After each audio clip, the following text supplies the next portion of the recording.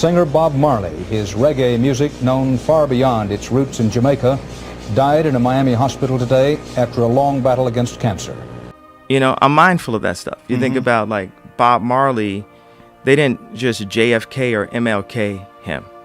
There's like reports that it was something in his toe or he had cancer. L'impact de Bob Marley dépasse largement les frontières de la musique, faisant de lui un emblème d'identité culturelle et de résistance. Explorez avec nous l'itinéraire exceptionnel de cet artiste, depuis ses modestes débuts jusqu'à sa disparition trop précoce, à travers le regard de celui qui est devenu une icône du reggae.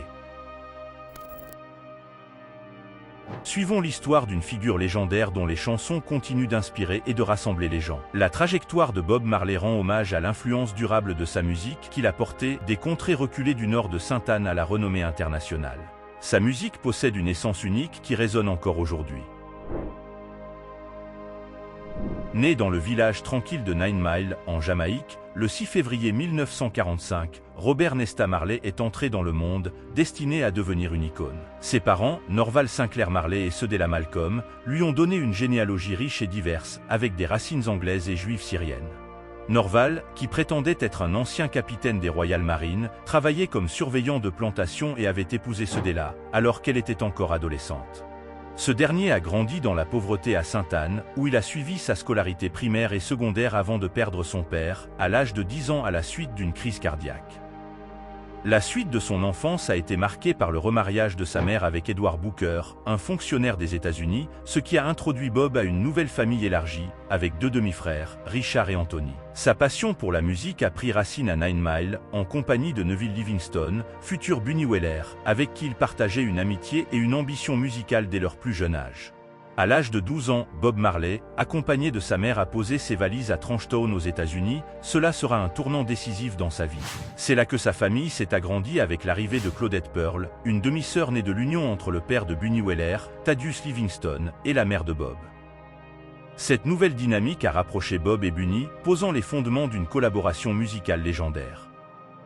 Dans l'effervescence culturelle de Trenchtown, Bob Marley et Bunny Weller ont plongé corps et âme dans leur quête musicale.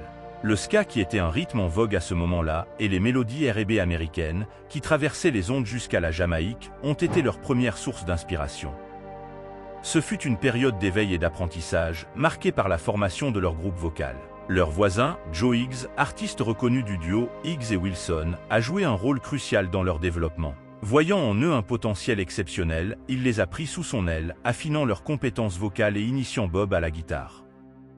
À cette époque, les membres du groupe ne pouvaient imaginer l'ampleur du chemin qu'ils allaient parcourir. Ce partenariat naissant était destiné à propulser Bob Marley sur la scène mondiale, faisant de lui une icône de la musique. L'histoire de Bob Marley, icône de la musique reggae, a ses racines dans les ruelles vibrantes de Nine Mile et Trenchtown. C'est là que les premières notes de sa musique révolutionnaire et ses messages porteurs de vérité ont commencé à résonner. Bob Marley lui-même disait « Pour comprendre ma musique, vous devez connaître mes origines et porter cette vérité au monde ». Au début de 1962, Bob Marley a fait ses premiers pas dans l'industrie musicale, en enregistrant 4 titres au Federal Studio en Jamaïque, Judge Note, One Cup of Coffee, Do You Still Love Me et Terror, sous la houlette du producteur Leslie Kong. 3 de ces chansons ont trouvé leur chemin vers le public grâce au label Beverly S, tandis que One Cup of Coffee a été publié sous le pseudonyme de Bobby Martel. Cette période marque le début de l'ascension de Marley au sein d'une communauté de jeunes talents. En 1963, il crée The Teenager avec Bunny Weller, Peter Tosh, Junior Bresswett, Beverly Kelso et Sherry Smith. Le groupe, en constante évolution, adopte successivement les noms de The Wailing Rude Boys, puis The Wailing Wailers, avant de se fixer sur The Wailers. Leur single « Simmer Down », lancé en février 1964, devient un phénomène en Jamaïque, atteignant le sommet des charts et s'écoulant à plus de 70 000 exemplaires. Les Wailers se sont rapidement imposés comme des incontournables du Studio One, collaborant avec des légendes de la musique jamaïcaine. Cependant, en 1966, le groupe se recentre autour du trio principal de Marley, Weller et Tosh, suite au départ de plusieurs membres. Le tournant majeur de la carrière de Marley survient en 1972 à Londres, où il signe avec CBS Records et part en tournée avec Johnny Nash. À Londres, les discussions financières avec Chris Blackwell d'Island Records se transforment en une opportunité unique, une avance de 4 000 livres sterling pour enregistrer un album. Blackwell voit en Marley le potentiel d'un artiste reggae capable de séduire le public rock international grâce à son image de rebelle. Retournés en Jamaïque, les Wailers enregistrent Catch a Fire au studio Harry J, bénéficiant d'un niveau de production jusqu'alors réservé aux groupes de rock. L'album, lancé en avril 1973 avec son design unique de briques et zippo, bien que modestement vendu au départ, reçoit les éloges de la critique. Leur album suivant, Burnin, incluant le hit Shot the Sheriff, gagne une renommée internationale lorsqu'Eric Clapton enregistre une version qui explose aux États-Unis. Mais ce succès ne fait pas l'unanimité en Jamaïque, où certains regrettent le changement de son. Malgré un début prometteur aux États-Unis, les Wailers sont écartés d'une tournée après seulement 4 concerts, une décision qui marque le début de la fin pour le groupe sous sa forme originale.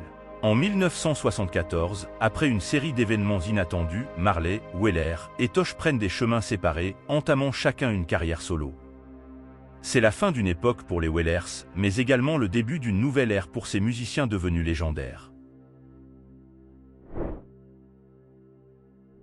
Après avoir quitté les Wailers, Bob Marley a poursuivi sa carrière musicale avec son nouveau groupe, nommé Bob Marley et les Wailers. Avec Carlton et Aston Barrett qui sont respectivement à la batterie et à la basse, Junior Marvin et Al Anderson aux guitares, Tyrone Downey et Earl Lindo au clavier, et Alvin Patterson enrichissant les morceaux de ses percussions. Les harmonies vocales étaient sublimées par les Hitri, un trio composé de Judy Mowat, Marcia Griffiths et Rita Marley, l'épouse de Bob. Un épisode majeur de la carrière de Bob Marley s'est produit en 1975, hors de Jamaïque, lorsqu'il a connu un succès international avec une interprétation live de « No Woman, No Cry ». Cette chanson, présente sur l'album live, a ouvert à Marley les portes d'une renommée mondiale.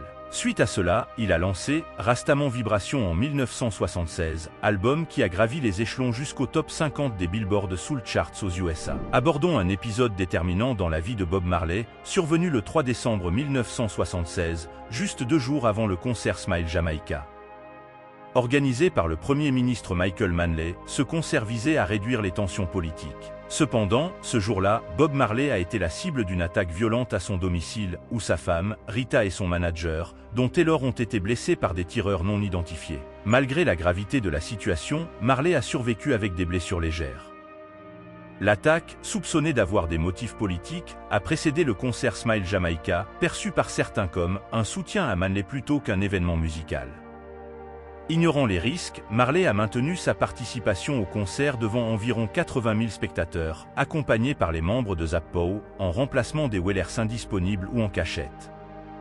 Cette prestation courageuse de Bob Marley, malgré ses blessures, a délivré un puissant message de résilience et d'unité face à l'oppression.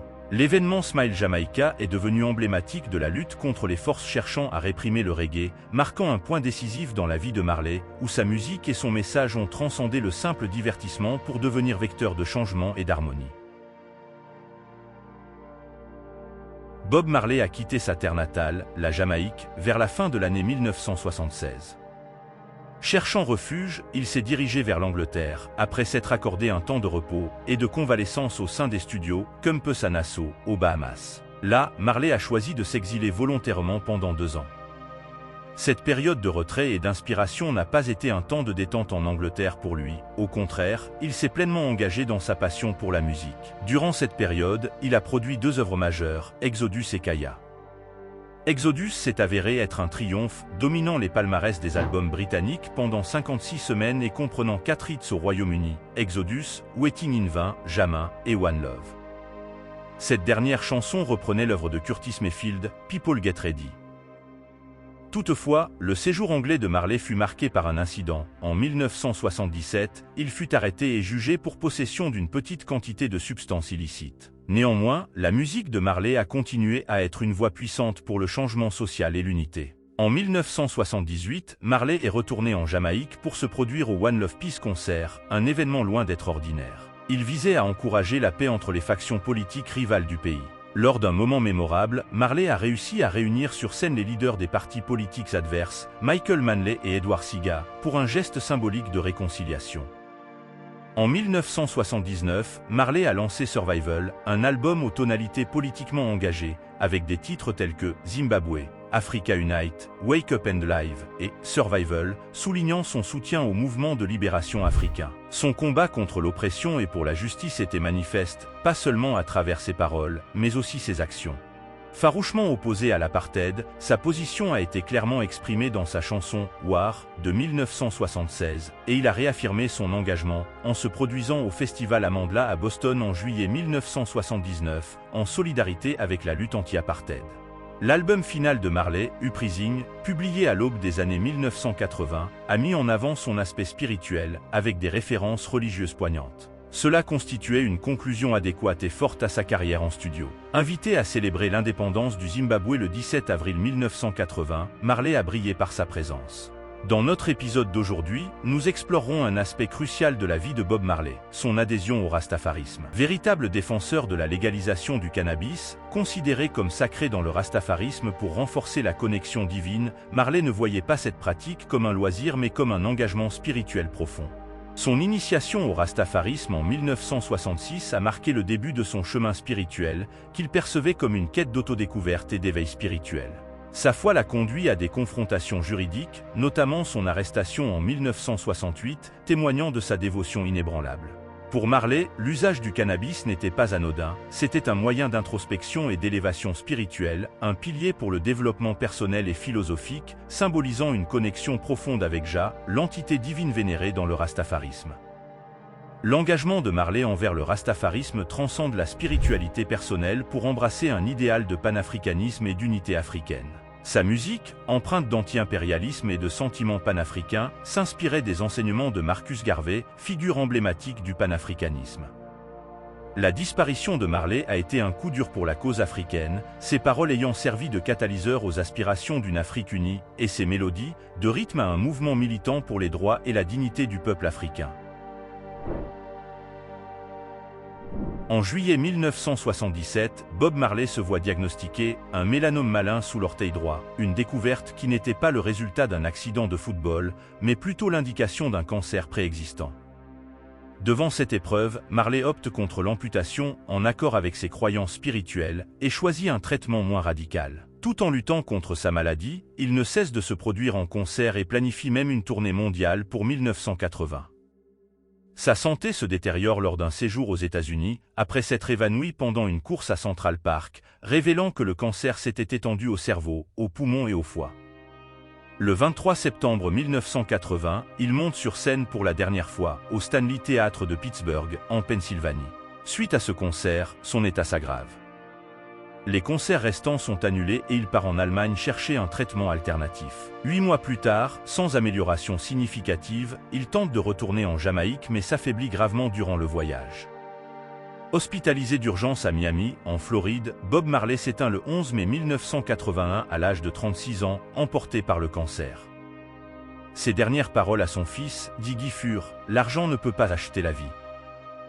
Le 21 mai 1981, la Jamaïque rend un dernier hommage à son fils emblématique lors d'une cérémonie funéraire nationale, combinant les traditions de l'église orthodoxe éthiopienne et la culture rastafari. Il repose désormais près de son lieu de naissance à 9 Mile, son cercueil emportant avec lui sa légendaire guitare, Gibson Les Pôles Rouges, une Bible ouverte au psaume 23, et de la ganja, symbole de sa vie et de ses convictions. Son héritage trouve écho auprès de communautés aussi diverses que les tribus Hopi et Havasupai, preuve que la musique de Marley transcende les frontières et les cultures. Nous espérons que cette exploration de la vie et de l'œuvre de Bob Marley vous a inspiré, rappelant comment un artiste peut devenir une source d'inspiration et d'unité pour le monde entier. Son influence va bien au-delà du reggae, faisant de lui une icône de la justice sociale, de la paix et de l'harmonie. La légende de Bob Marley perdure à travers sa musique et son message d'amour, éclairant les générations actuelles et futures.